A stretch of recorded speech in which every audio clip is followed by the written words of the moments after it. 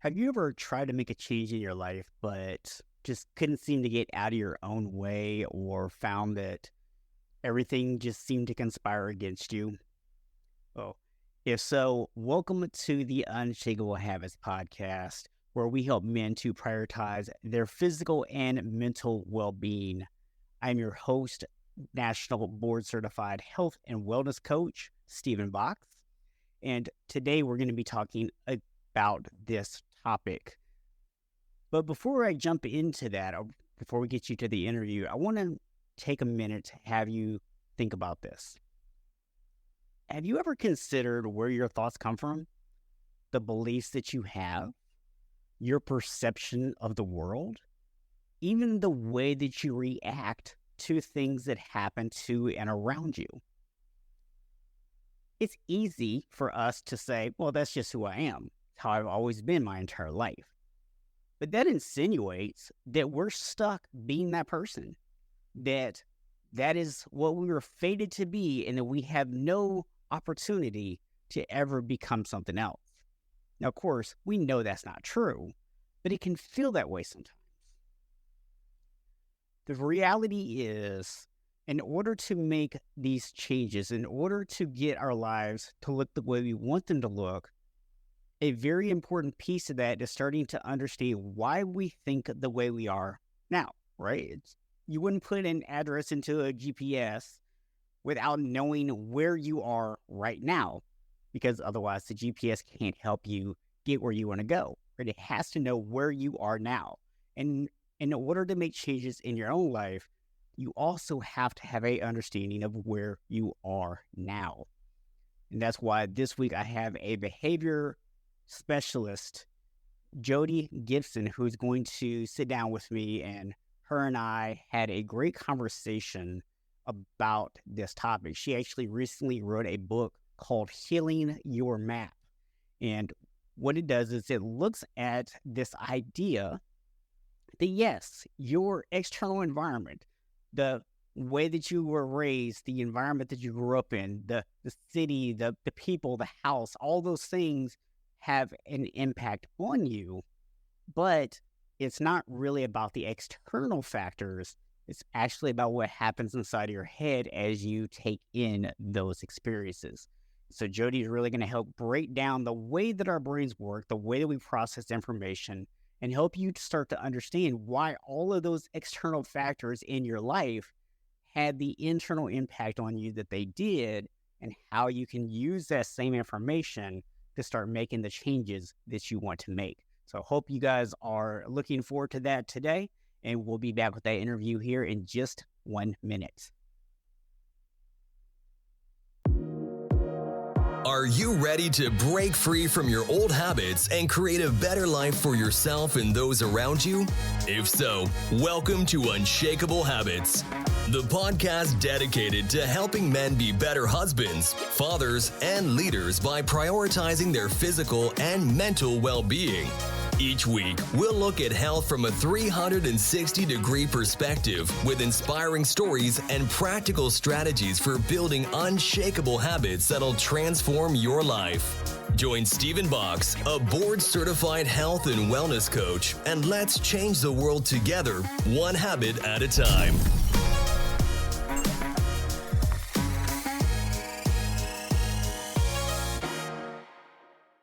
And with that, I'm going to go ahead and bring Jodee in here and allow her to introduce herself.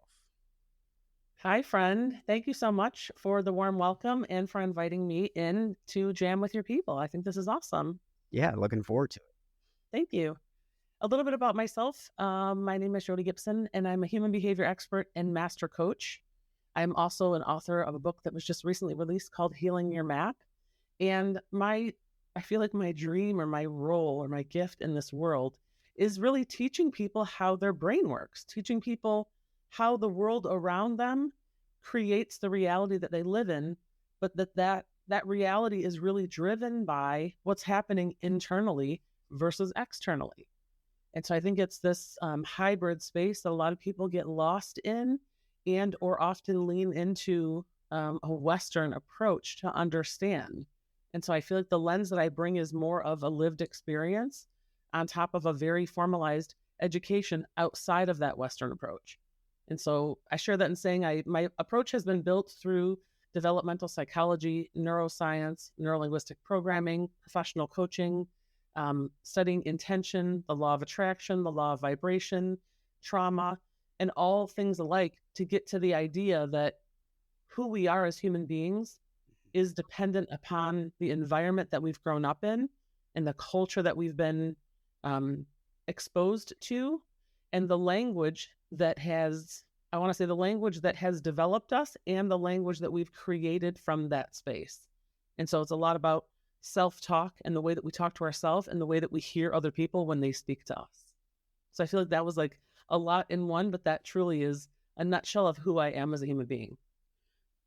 Yeah, I love that you kind of pointed out there this little small detail, right? I want to make sure people didn't miss it.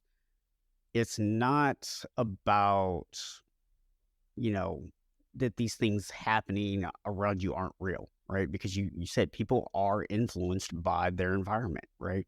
Yeah. So when you look a certain way, when you have certain beliefs, when, you're born in a certain area, whatever, those things do have real life consequences on the person that you become. Yes, But absolutely. I know the message you really want to deliver today is, although that identity is forced through those things, that doesn't have to be the identity that you carry with you through life. It doesn't have to prevent you from living out your dreams. Correct. Absolutely. And I always say, like, it doesn't matter where you started.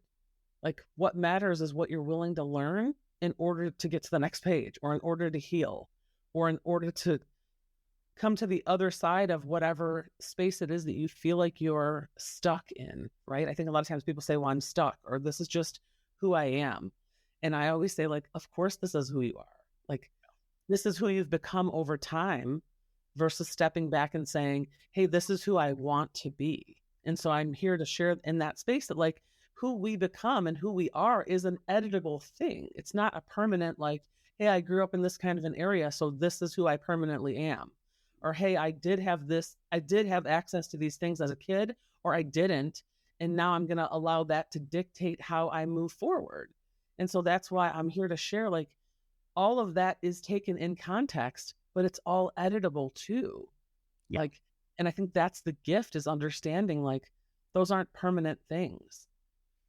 Yeah, I think it's so interesting when you see almost every major Hollywood movie has some kind of transformation, right? And they all center around this idea that the character is one way, but they become another, right? So whether that's that they're the evil person or the bad person who, has their heart changed and they become good, or whether they're the shy, timid person who ultimately becomes the hero, right? We all love a good transformation story. So why is it that so many of us, despite loving these stories and spending billions of dollars to go see movies that tell this story over and over, what is it that makes us feel like it's different for us? I think that's a great question. And I feel like I'm going to try and really simplify it, because there's a really surface level, and then there's this really in-depth, amazing, beautiful, deep answer. Okay. Starting at the surface level, I think it's about understanding we view other people and we view the world outside of us as better, or we view the world as this sugar-coated, greener grass, having bigger muscles, taller, stronger, more money, whatever it is, right? It's rare that we view ourselves as whole.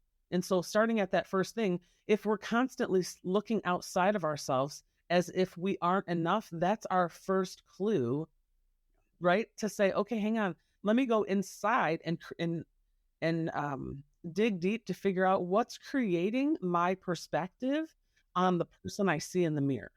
Right.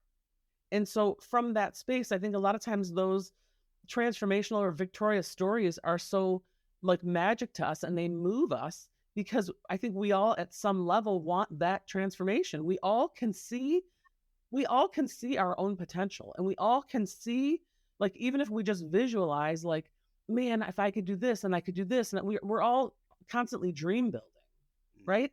But the crazy part about it is rarely do we take the steps, and they're not that big of steps, right? Rarely do we take the steps that bring us towards that vision of us. Instead, we stay in our childhood programming and we stay inside the person we've always been.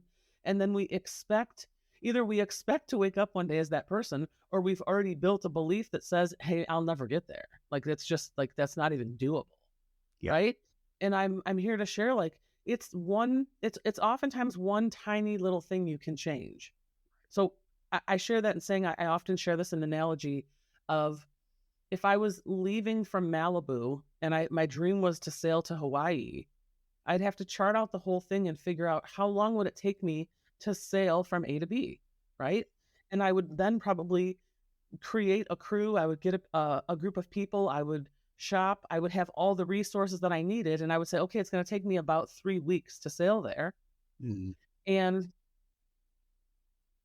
I'm going to buy resources that will probably last me maybe 3.5, just in case, maybe 4, right?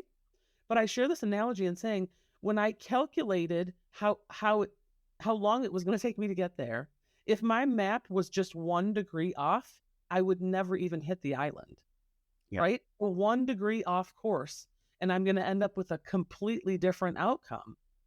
And I'm going to end up in a whole world of hurt because I only had resources for X number of days. And now I'm out in the sea and I'm completely lost. And it was just 1 degree, but it was 1 degree from the beginning. Yeah. And so I share that and saying, changing just 1 degree of something completely changes the outcome. And so I think a lot of times people go, oh, well, I would have to have like a whole nother degree to have that job. Or I would have to move to like a whole different part of town to be able to access that resource. Or I would have to work out, 5 days a week, 3 hours a day in order to achieve that physical performance. Or they think that they have to like start over. And I'm just saying things are much simpler oftentimes than we make them be. And I'm circling back one more thing to tie a bow on that is the reason why we do that is because we're still operating in our childhood programming. So we have that childhood part of us that's trying to figure out this adult equation with our little kid. And I don't want to say little kid, but like with our normalized approach to things. Yeah. So kind of taking that same analogy and maybe flipping it a little bit, because this is something I hear from a lot of people, is they're worried that they're going to be the person who sets the course for 1 degree off, and they're going to end up in a totally wrong place, right? That they kind of go to that doom scenario. Sure. Yeah. And I would love to speak to that and tell you how and why that happens, right? So I share this in saying, imagine that we all have limiting beliefs, right? Think back to whether it's I'm not good at math, or I'm bad with science, I'm bad at directions, I'm like, whatever it is, we all have this crazy limiting belief. And so if your belief is, I'm not going to make it to that island, right? Or I'm going to screw up this map.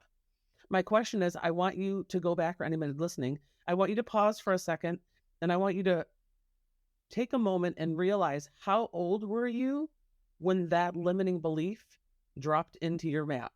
Like, how old were you when that limiting belief became real for you? So if it's, I'm not good at public speaking, I'm bad at math, were you 8? Were you 10? Maybe were you 12? Maybe you were 4. I don't know how old you are, but odds are high it was somewhere between the window of 4 years old and 12 years old when that limiting belief came into your life. And if we're going to take the high end and call it 12 years old, that 12-year-old belief is now running your adult life. And I share that saying, you're running around trying to make adult-like decisions, right? And where else in your life are you letting a 12-year-old make a decision for you? Yeah. And so it's about understanding that belief that you have is what's holding you back, not your ability to get there, but simply the belief that you can't.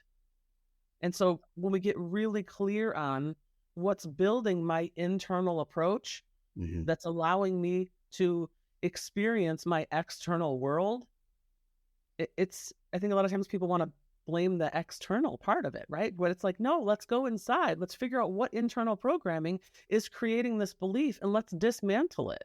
Yeah. Yeah, I talk a lot about, this idea of connected health, right? Where you have your physical health, you have your mental health, your emotional, your relationships, environment, all those things, right? And I think one thing that kind of takes a lot of guys by surprise when I share this with them is I'm like, mental health really, from my definition, is just your thoughts and beliefs.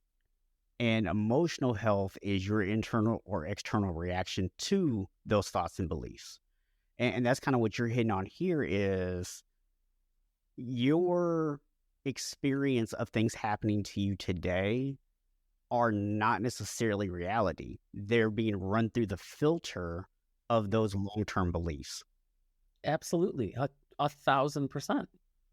That's truly what I just wrote a book on, is exactly that, is understanding how to heal that lens, right? How to heal, my theory about the map. And so it's like, if we have this map that's covering our eyes, and this map has collected all of the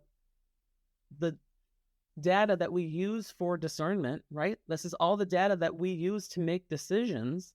And this data was collected before we were 12. How effective is our decision making in that space? And I'm not saying that we're not aware of or can't make decisions.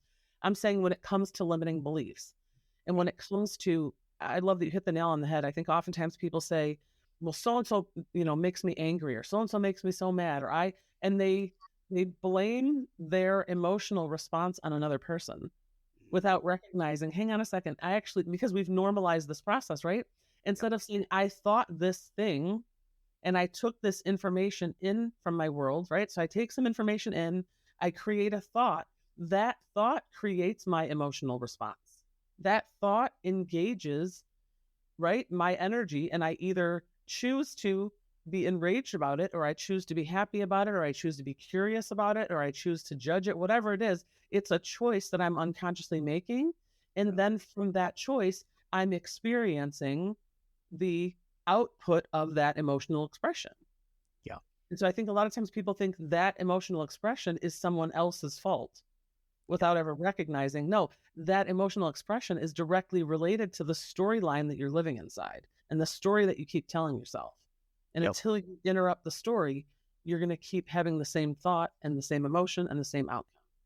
Yeah. It's like, even if that person is intentionally pushing your buttons, even if their goal is to make you mad, it's still your decision to get mad. Yes, and I'm laughing only because I always say to people, what would happen if the button wasn't there? Yeah. Right? Like whose button is it? If someone's pushing your button, the button's yours. Figure out where it came from and dismantle it or remove it. Like, this person can't push your button if there's no button for them to push. Yeah. But allowing other people to engage us is a choice. And I think until we realize, hang on a second, this button's like from 5th grade, or this button's from my ex, or this button's from my sibling that used to taunt me, like whatever it is, when you recognize the button is yours and you learn how to dismantle it, that person no longer phases you because there's nothing for them to engage with. Yeah. Yeah. So do you have like either a personal story or maybe like a client story that you might be able to share that kind of illustrates this? That illustrates the button? Yeah. Yeah, well, I mean, I think I can share it in a general sense of the idea of understanding, like, when we're triggered, right? I do have a funny story. I just thought about this one. It's one of my favorites, but to this day, like my dad still, do you see my neurology is already like rattled trying to tell the story. So this will also share my age on this, but there's something about the theme song from the show. Do you remember the old TV show? I don't know how old you are. The old TV show MASH, right? Mm-hmm. I don't, there was something, I have figured it out now, but as soon as I heard the music, I would be like, oh my God, shut it off, make it stop. My neurology just goes haywire because I'm like, what? Like, I can't do this, right? Like, I can't function when I hear it. And what I realized was, when I was a kid, I think that show used to come on at 7:30, I don't know, maybe 8 o'clock. This is like early 80s, right? When that show came on, it was my bedtime, and I was the youngest of 3, And so I would always be laying in my bed, knowing that my siblings were awake, my parents were awake, they were probably having fun in the living room or doing whatever. And here I was in bed by myself, not wanting to be there. And all I can hear is this music playing. And I was probably really fired up and really angry. And it's funny, to this day, when I hear it, I'm like, make it stop. Right. And so it's about understanding. A lot of times people are triggered, right? They're like, oh, that's triggering, or don't say that word because it triggers me and whatever. Not recognizing, like, in order for a trigger to fire, there has to first be a loaded weapon. Yeah. So we have to realize, like, what loaded our weapon and how responsible are we willing to be to dismantle that, so that no one, even if the trigger is engaged, it's like a misfire, because it's an empty weapon. There's nothing, right? There's nothing that's going to come out because there's nothing in there to engage. And so I think it's about recognizing buttons work the same way. Like, the only way I can be triggered is if I haven't unpacked my story. Yeah. And the only way I can be, engaged by a button is if I allow it to be there. Yeah. So I love this conversation, and kind of where my brain is going is, obviously there's different levels of trauma, right? I mean, for some things, somebody might really need to go seek professional help. So not just saying that you can just kind of fix all this on your own, but a lot of the triggers that we do have are things like what you talked about, like a theme song. And, it's just something that you have this kind of flashback to being a little kid in the bed by yourself, being mad. And so the first emotion that you ever attached to that trigger was anger. And so that's the natural emotion that comes out when you hear it. Where people get stuck is they're like still just getting mad about that song 20, 30 years later or whatever, right? Or that tone of voice. I can choose how to react to this song now. Well, yeah, and it's too, I feel like there's so many things to share right here. Yeah, it's not that they can choose their reaction, because their reaction is always going to be that until they create awareness around the root cause of what causes that emotional reaction. Yeah. That's the first thing. The second thing is, I feel like we jumped right over when you said, if somebody has trauma and needs professional help, they could go. I'm here to say that the people that we believe are trained in trauma are not. So psychologists, psychiatrists, counselor, therapist, psychotherapist, all these people are not trained in trauma. They're trained in talk therapy. They're trained in the DSM. They're trained in diagnosing and potentially medicating trauma. They're not trained in trauma. And so I think understanding two things too, like, for me, my definition of trauma is anything that takes you outside of your coherent state. So anything that throws me into survival mode, whether it's this gigantic, right? It doesn't have to be that something inappropriate happened, or that your parents got a divorce, or that something like there was an accident. It can be something that large, and it can also be something that consistently happened that you've normalized over time, that doesn't allow you to find that level of safety inside yourself. Yeah. And so I say anything that takes you outside of your coherent state and throws you into fight or flight and prolongs or consistently shows up in that manner is trauma. And so it's understanding when we normalize, I'm sharing this one more thing and then I'll pass you the mic back, but what happens when we don't recognize those spaces is, when we experience trauma, we find a solution, right? We find a solution that keeps us safe in that moment.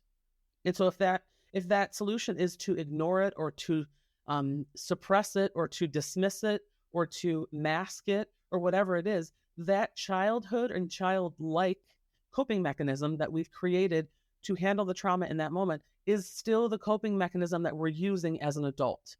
And until we gain awareness around that pattern, the pattern will just keep repeating. And it goes back to what we were sharing earlier around, we've normalized our response to people, which is why as a child, we might say, I don't want to go in there, it's scary, or I don't want to talk to that person because it rattles my nerves, right? Now, as an adult, we still do that. We avoid things because we're like, that's scary, or I don't want to talk about that because, right, my ability to discern what happened isn't really flexible right now.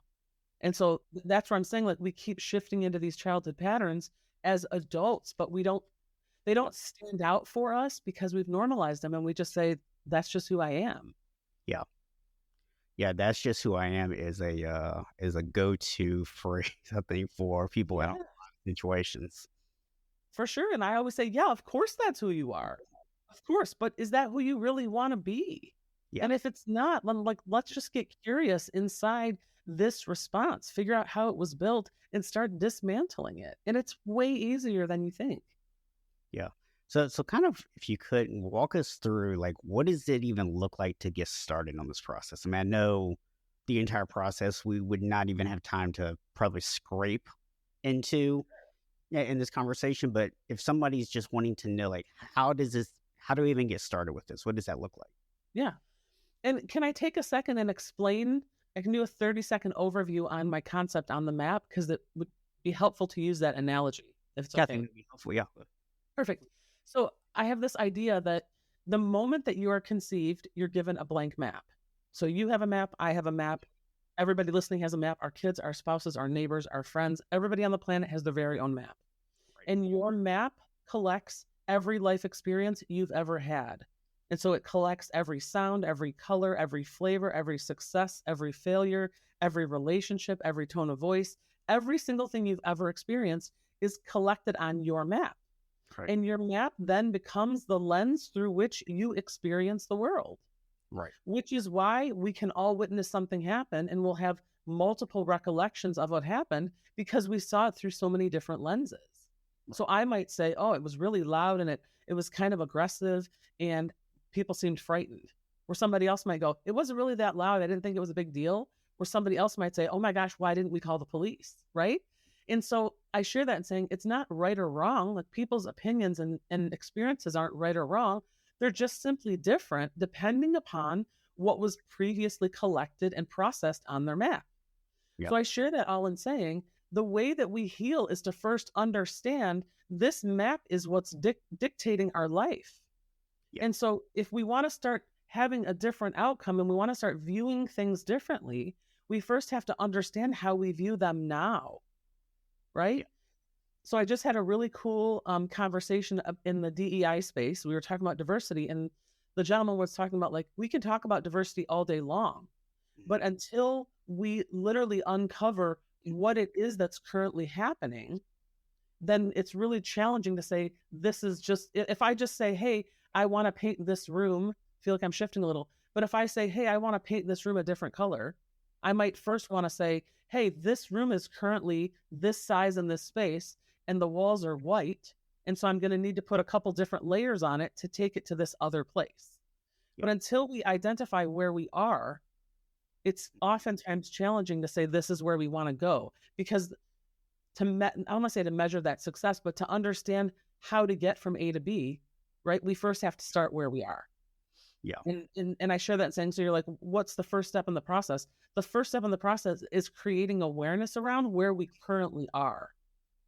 So if I say, I want to be happy, right? Mm-hmm. And we didn't, and we just said, okay, cool, let's go there. Yep. No, time out. Let's first say, how do you know that you're unhappy? What is it around you, internally and externally, that's creating awareness for you that you're deciding that you're not happy with that? And so when we can articulate that and kind of jot down what's not working, we can then say, okay, how does the pattern keep happening that this outcome keeps kicking out, right? Like what's the recipe that we keep running that keeps kicking out this same outcome? And usually in understanding and unpacking that space, we're like, oh my gosh, here's a pattern. Yeah. There's one belief that's leading all these things. And so when we do that process and we find that and isolate that one belief and kind of remove it, the sequence cures itself. Yeah. Right. Versus not identifying that space and just saying, oh, happiness is over there. And let me go do a whole bunch of things that are going to put me over there, still running this old sequence. Yeah.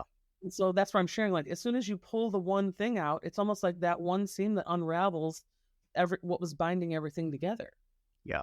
And I love this because I actually, when we did our pre-interview and we talked about some of these things, I actually kind of had this realization myself where one of the things that we often teach people to do is before they start setting goals, before they start deciding on action plans, is to get really clear on their values, right? Yeah. What's actually important to them. And after our conversation, the realization I had was there's another layer there, which is not just what are my values, but why are those things actually important to me? Like, what is it about those that stand out? Yeah, I feel like you were like in my office earlier because I just shot a little video on exactly this, and it was twofold, saying, yes, our values are one of the biggest key players in our decision-making skills as humans. So if I value integrity, I'm doing everything and double checking and making sure it's in alignment with who I am. Where if I'm working with somebody and their top value is security, they might not value integrity. Or if your top value is freedom, right? They don't care about integrity or any of those things. And so I think it's about understanding when we know what our value is, not only are we clearer on who we are, we also have an understanding that that's what makes us all different, is that we're not all going into this with the same value. We don't all value the same thing, which is what creates that flexibility in those spaces. And I think the second part of that is understanding. And I always say, like, environment is one of the things that's so often overlooked. Your environment and the environment that you were created in has a direct relation to the things that you value. Yeah. And I'm just going to share some really high level overview. Like, these are not set in stone. I'm sharing these as an example. If you grew up in a volatile environment, you probably value safety. Yeah. You probably value personal security. If you grew up in a high wealth environment, you probably value things much differently, right? Then you might value education. You might value finances. You might value material things. If you grew up in an environment where everybody was kind of in survival mode, you might value community because it was everyone's contribution that kept things going. And so it's understanding, like, our environment creates our values, and our values drive our decision-making skills. And if you're functioning in a world where you're wondering why you can't find alignment either with other people or in certain situations, take a glance at what your values are. And there's actually an excerpt there's a whole space in the book about how to figure out what your values are that's really powerful, because like, you might right now say, oh, I value this, this, and this. And then you do the work, the worksheet in the book, and you're like, wow, like, I thought these are my values, but really, truly, these are my values. And when you have that level of clarity, you're like, that makes so much sense, because I keep trying to focus on this one thing, but my energy keeps taking me a different way. It's because you believe that this is your focus, but your values are taking you left. Yeah. Or You right. hit on a couple of things that I just want to touch on here. So first of all, and please correct me if I'm wrong on this, okay? Sure. But this is kind of where my understanding is right now. So we have these things that have happened to us in our past that have created these values. But it's possible for two people to have the same value for two totally different reasons. Yes. So for example, integrity, you mentioned. Maybe you had someone in your life who was full of integrity. They always did what they said. They always kept their word. And that person had a huge influence on you. And that's why integrity is important to you, because that person had that positive influence. Somebody else might also value integrity, but it might be because they were lied to, they were cheated, whatever. And therefore for them, integrity became a huge thing. Now, those two different perspectives shift the way you view integrity. Your view of it being positive influences your actions. I'm going to do things that are, high integrity because that's what I believe is the right thing to do. That other person, they might hold themselves to high, integrity standards, but they're also more likely to blame other people when they don't feel like they're living out those same values. The one is internally, one is externally focused. Yeah, I was going to say yes and no. And I think that, yes, people are a result. Wow, I should coin this. I'm like, people are a result of the level of awareness they have around their environment. Yeah. I feel like I have to circle back and write that one down. But yes, And so understanding are your values as a positive result of what you experienced as a kid or a negative? And I can share with you, like, one of my top value is environment. And I call it vibration or environment or energy, like understanding the energy around me and understanding what I'm offering. I grew up in a really frenetic environment where everything was always chaos and we're late and we got to go here, we got to go there. And I played like one sport, but I played it way too much. Like, I was a figure skater, but I skated every single day and for too many hours a day. And like, my schoolwork wouldn't be done, or I forgot to pack my lunch, or I didn't put this book back in my bag, or I forgot my skates, or like whatever it was. There was no calm, like, hey, let's find our center. And so for me, I feel like that level of energy is what leads my life, because I want to go into everything with this level of intention that is about certainty.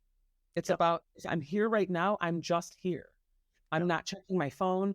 I'm not looking at other things. I'm not multitasking, like answering an email while I'm talking to you. Like, I have built my life around being really, really slowed down so that I can be really succinct and really on point. So the next thing I do, right? So I don't have to come back and redo things, and I don't have to project an energy of crazy, frenetic, loose ends running off steam, versus saying, no, I'm going to put out this, I almost want to say, like, this level of authority. I'm going to put out this really clean, clear level of energy. And what I also know about that is whatever I'm putting out is what I'm inviting back. Mm-hmm. And so if I'm frenetic, I'm inviting frenetic energy back. Yeah. If I'm a victim, I'm inviting things that put me in a victim position. If I'm angry, I'm going to find fault in everything. But if I'm really calm and open and curious, I'm going to find things that align with that energy. Yeah. I think it's really powerful to understand what you're emitting, right? I think a lot of times people just see the external and they're like, oh, all these things are wrong, where it's like, okay, what lens are you viewing them through? Yeah. What part of your life is that? Like, what lens are you seeing it through? Yeah. Yeah. So you're saying that even if where you kind of got this value from, even if it was from a place of negativity, you can still create that awareness around it and then kind of decide how you want to react to it. So it doesn't necessarily have to be that you view it externally negatively or that you use it against other people. Once you have the awareness, you can then decide how you want to actually utilize it. So like for you turn internally. Yeah. And it turns back to kind of what we were sharing earlier about, like, it doesn't matter where you started. What matters is what you're willing to learn and what you're willing to create awareness around in order to heal or in order to get the outcome that you want. Yeah. So if I say, oh, well, I grew up in all this chaos, and so, right, I might not even be aware of the fact that I grew up in chaos. I might just still be really chaotic and really mad and projecting and blaming and pointing out right, it's their fault. And I'm right.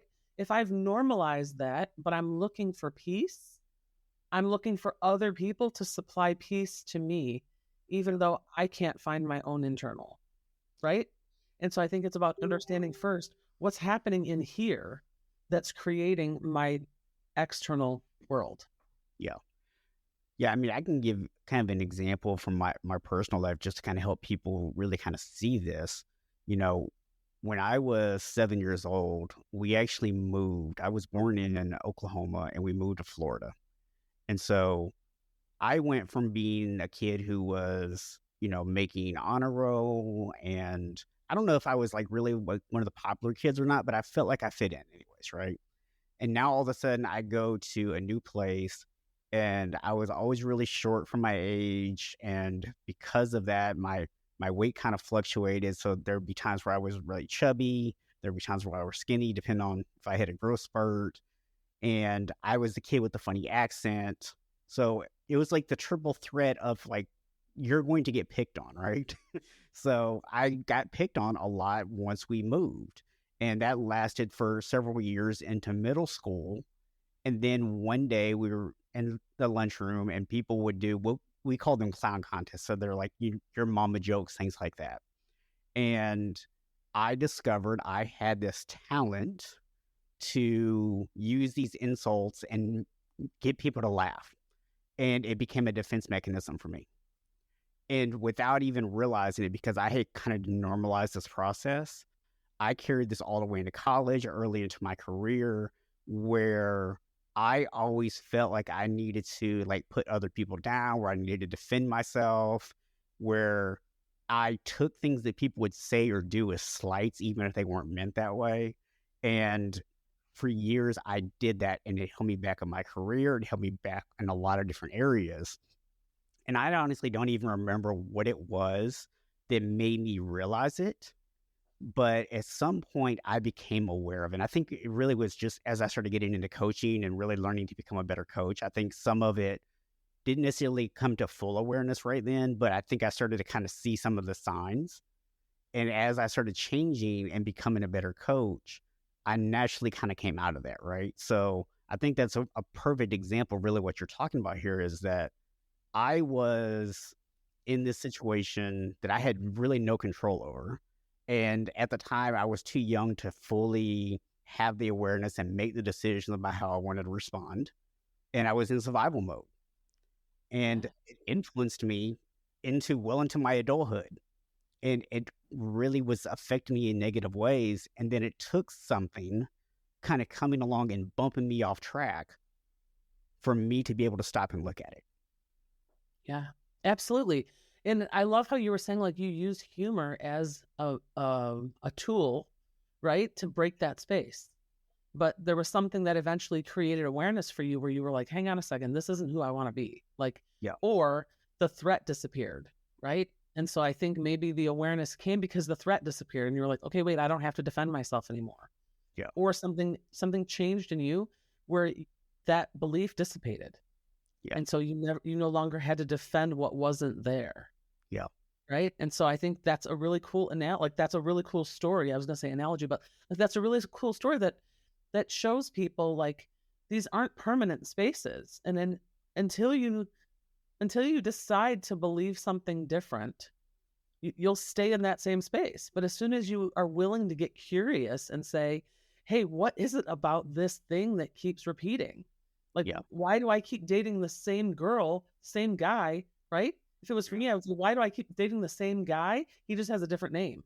Yeah. If it's a guy, it's like, why do you keep dating the same girl? She just has a different name. But you keep attracting the same energy, the same patterns, the same habits, and then you get angry that you keep attracting that person. But when there's a pattern there has to be a pattern in you, but you've normalized it. And so it's about getting really curious around, okay, what is it that's drawing this into my world? Yeah. And then really allowing yourself to unpack that space or hiring a coach that will help you unpack that space. Yeah. There's a reason why every good relationship coach in the entire world, the first thing they're going to tell you when you come out of a relationship is to focus on yourself first, right? Fix your own crap. Because it's not just that, the other person was doing things. It doesn't mean that they weren't doing things, but you need to fix what's inside of you. And I think for a lot of people where they struggle so much with this is that they've never had something bump them off course. Right. And like I said, I don't even remember for me what that was, but clearly something bumped me off course and made me shift my perspective. Yeah. Until we get that, right? And the thing is, if someone's listening to this right now and they're going, I'm not happy with where I am. I don't know exactly what it is. I don't know what that thing is that's bothering me so much. I don't know why I'm this way. All I know is I'm not happy and I'm tired of living this way. That's the person that right now, this interview might be your bump. It's that first awareness that something has to change. So if someone's finding themselves in that position right now, I mean, obviously the obvious recommendation here is to go pick up your book, right? Healing Your Map. But outside of that, like, what is the next step for that person if they're now having that awareness of something has to change, but I'm not sure what it is yet? Yeah, I think the thing is to just get really curious, right? And I think it's about getting curious and allowing yourself to ask the questions. And I'll give you guys 5 words. I always say like these are the 5 words that change everything. But when you start to understand like how words work and you start to understand this is how we unlock things, this is in my book. I think it's page 124. But there's 5 different words that unlock things for you. The words are how, what, when, who, and where. And I know this sounds crazy. This may be the first time you've ever heard this, but I jam on this all the time. But how reveals process. So if you ask yourself, how do I keep ending up here? It's going to reveal to you the process that you're taking to get there. If you say, what is it about this situation? What reveals content? So what is going to unpack the content behind the tools that are involved in this pattern? If you say when reveals time recognition. So you might say, when is the first time I experienced this pattern? It might take you back to, man, I was 4 years old, or I was 6 years old. But when you get really curious around when, right? Yeah. The fourth one is who. So who reveals resources? So you might say, who else do I know that has the same pattern? Who do I know that's connected to this pattern? Who do I know that can help me? Or who is it around me that when like, who is it around me that engages this pattern? Because that might give you a clue as to where the roots of the pattern are. And the last one is where. So where reveals location. So you might say something like, where do I feel this in my body? Or like, where does this show up the most in my life? Does it show up in relationships? Does it show up at work? Does it show up mentally, spiritually, emotionally, physically? Right? Like where's the first place I can put my finger on that I experience this? But when you use those 5 questions, it unpacks this all these multi-layered approaches instead of, I think sometimes we use the other word that I don't like to use, which is why. Sometimes we say, why does this keep happening to me? Or why do I always end up with this person? Or why do I never get the raise? Or why can't I find a consistent gym routine? Or whatever your why is, right? But when we stay away from why, right, and we stay instead in these other 5 questions, you can ask the same exact question 5 different ways and get a myriad of information from just using those different words. Yeah. And so that it's in asking questions that we find our ability to search, right? And I share that in saying it's easier for someone to ask us a question and let us dig for our own answer than it is for them to say, here's what I think it looks like, right? Yeah. Because when somebody starts splattering their advice on us, it's simply what our perspective looks like through their map, which is not helpful. And I know for a lot of guys out there, this is a tough conversation, right? Because we hate asking for help for the most part, right? I mean, it's not every single guy out there. Some guys are okay with asking for help, but for a lot of guys, it's a struggle, right? Because society has taught us not to ask for help. It's taught us to man up and just suck it up and just deal with it, right? And so I want to really emphasize for anybody out there that kind of feels that way, the best coaches in the world have their own coaches. Absolutely. Because we're too close to our own stuff to see it. Yeah. Right? The best athletes in the world get coached up every single day. Do you think that the top players in the NFL don't know how to play football? Of course they do. They know their position inside and out, but yet every single day they have a coach sitting there working with them on their fundamentals. Why? Because that coach standing 5 feet away can see things that you will never be able to see yourself. And that's why reaching out for help is so important. Yeah. And I was going to say, and we can't see them because we've normalized them. They're simply a part of who we are, even though they're completely dysfunctional, right? And I'm not saying that we're dysfunctional. I'm saying we run patterns that don't serve us. Those patterns are from when we were 5 or when we were 8 or however old we were, that pattern was created to keep us safe in that moment. However, now it's keeping us safe and we don't need to be safe. What we need is to take the next step, right? And the next step is outside of fear. But the fear that's present is this childhood fear. Mm-hmm. And so I think that it's spot on. And circling back to coaches, yes. Like, can you imagine if all of these gigantic teams didn't have coaches? Like, imagine if an Olympic athlete didn't have a coach. Yeah. Or it's like going to court and not having an attorney, or like going someplace and that, like, it's like a yin and a yang. Like, hiring a coach and having a coach is one of the like most powerful gifts you can give to yourself. And every great coach on the planet has a coach. There's people that have multiple. People might have a a workout coach, a mindset coach, an executive coach, a finance coach, right? Like they have multiple coaches. It's not just one person. And so it's Yep. about understanding, like, who are you allowing in your life that's helping you grow versus who are you allowing in your life that's keeping you stuck? Yeah. Yeah. I will tell you, I actually have a lot of different coaches. And people are always surprised when I tell them that as someone who has a certification as an elite trainer, that I have someone else write my workouts for me. Yeah. And they're like, but why? I'm like, it's not a matter of me being able to do it. It's if I write my own workouts, I'm going to put all the exercises I love. I'm going to leave out all the ones I hate, even though I know that they're the most beneficial exercises for me. Whereas if I have somebody else write it for me, they're not going to give in to my biases. They're going to put what's best for me into the program. That, and I think too, like circling back to like we cannot see the picture if we're in the frame. Mhm. Right? Like if I'm starring in the movie, I'm also not watching it. Yeah. So I'm seeing it from my perspective. And so when you hire somebody that says, hey, this is what I'm seeing from my side of the chair, or this is what I'm seeing when I watch your movie, I know you're in the movie and you're the lead star, but you're not watching the movie. You have no idea what's going on around you because you're busy being you. You Yeah. have no idea what the background looks like or what you look like through the lens because you're not watching it from that way. And so I think it's about understanding we have to allow other people to see us. Yeah. And just to kind of put a bow on this, as a completely different example, I was actually on a webinar yesterday. Excuse me. Throat's getting a little dry here. I was on this webinar yesterday that was talking about marketing and messaging and all those kind of things.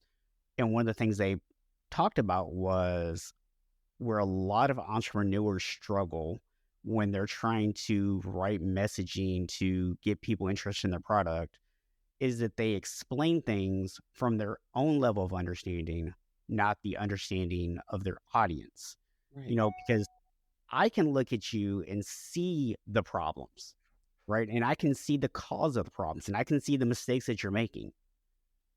All you know is that the results aren't there, right? So if you're out there trying to solve your own problem in that way with no outside help, you are literally stuck in that lens versus when you can get outside of that lens, shift your perspective and start seeing it differently, whether that's working with a coach, whether that's reading a book, whatever the case is, whatever helps you get outside of that comfort zone and change your perspective, that's when you can start to see results. As long as you're working from the same knowledge, you're stuck.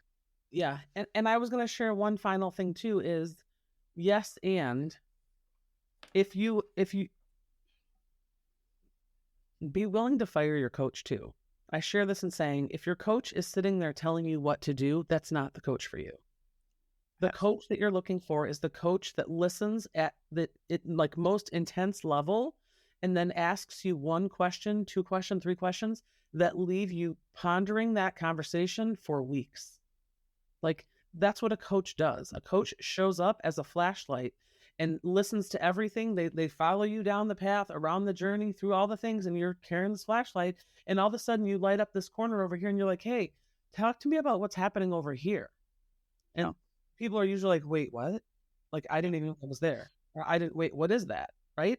Like we don't even realize what's there. And so I think it's about understanding when you allow people, if someone's telling you what to do, they're not helping you. That doesn't help your brain. It doesn't help you grow. It doesn't do anything for you. Yep. But when somebody asks you questions that allow you to self-discover what it is in your own life that's happening, that's creating this pattern, that's when things transform. That's when you grow. That's when your brain truly, like if we want to nerd out for a second, that's when your brain becomes hijacked, right? If we get into a little bit of neuroscience and like neuroplasticity, if you're just used to doing the same thing the same way every time, right? Like imagine whatever whatever hand you brush your teeth with, try brushing your teeth with the other hand tomorrow or tonight or whenever. If you put makeup on, try using the other hand, right? Yeah. Whether you're driving, put your shoes on, put the other shoe on first, and not, if you usually put your right one on and then your left, put your left one on and then your right. Yeah. When you put your jacket on, if you put your right arm in first and you right, like do things backwards and feel how weird they feel, right? Yeah. This is the same thing. And so it's about understanding you want somebody that's going to build new neural pathways. You want somebody that's going to take you outside of your groove and not allow you to get in your own way. And they're going to allow you to self-discover new patterns versus allowing you to want to take their pattern, which their pattern is part of their map and not helpful. I would say good coaches ask questions. Absolutely. I believe in what I refer to as client-centered coaching, which is this idea, and I know for a lot of people this is a crazy concept, but when you come to me for coaching, there are two experts in the room, right? I'm an expert on the things you came to me for, but you're the expert on you, right? And if I'm asking you the questions that are helping you dive deeper and look at things, I might help you discover something you weren't aware of. But ultimately, at the end of the day, you are the person who can understand that better than I can. You're the person who, once that light gets shined on it, you can be like, oh, okay, now I know what to do. If I'm just telling you what to do, like you just said, I'm doing everything from my perspective. I'm using my roadmap. And that may not be the right path for you. Yeah, and I was going to say, and that one thing that you unlock might be the smallest, tiniest belief that you are holding on to that changes everything. It goes back to the conversation we were talking about when we started, right? The sailing to Malibu in that 1 degree. The one question that your coach asks you, it might uncover the smallest, tiniest detail, and it unlocks every single thing that you've been holding back.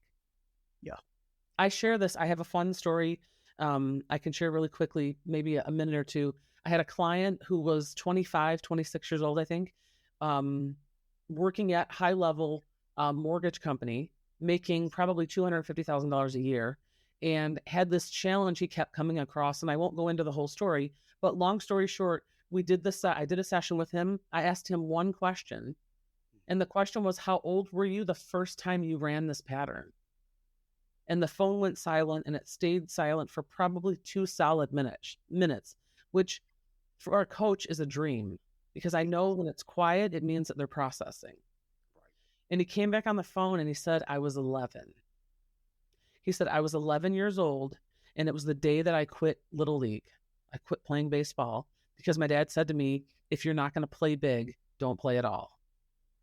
And this kid was 25 years old, about to walk away from and quit his job, making $250,000 a year, because he couldn't show up at the capacity that somebody else had an expectation for him. And not that he was doing something wrong. He was doing everything right. He just didn't want to challenge authority. He was doing things right. He had found things in his team that didn't work, but he was willing to walk away from all of it because of this old belief. Yeah. So I share that in saying oftentimes it's one tiny moment in life. And even when we go back to trauma and we talk about like, what is trauma? That one little moment was trauma for him. And he was holding on to that, yet he had normalized it. And who knows how many times that belief had played interference in his life. But it came to this big moment.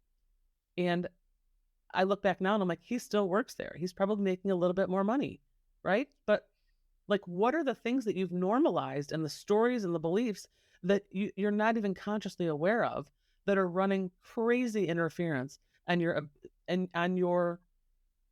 goals and your outcomes? And as we shared earlier, it's not about your ability to get there. It's about the internal programming you have and the belief that you can or you can't. Yeah. Yeah. I'm a big believer that we can all get where we want to go. Some of us might have a longer path than others, right? Some of us might need to develop more skills. We might need to invest more time into getting the resources that we need. So it might take you longer, but I think it's important for people to also understand that it's not a race. Right. It's not. Yeah. It's do what's best for you. Always. And it's like an understanding. Yeah. Believe in yourself. Yeah. Believe in your ability to get there. So Jodee, I really appreciate you coming on and having this conversation today. I think you gave us a lot of insights. But if there's one thing that you really want people to leave with today, what would that be? Mm. I feel like I have one that I always share, but something else was just pinging for me. Okay. So I'm going to share both really quickly. The first one is, it doesn't matter where you started. What matters is what you're willing to learn in order to heal, truly. And what else just came up for me is you can honor your old story and release it at the same time. Yeah. You don't have to stay in it.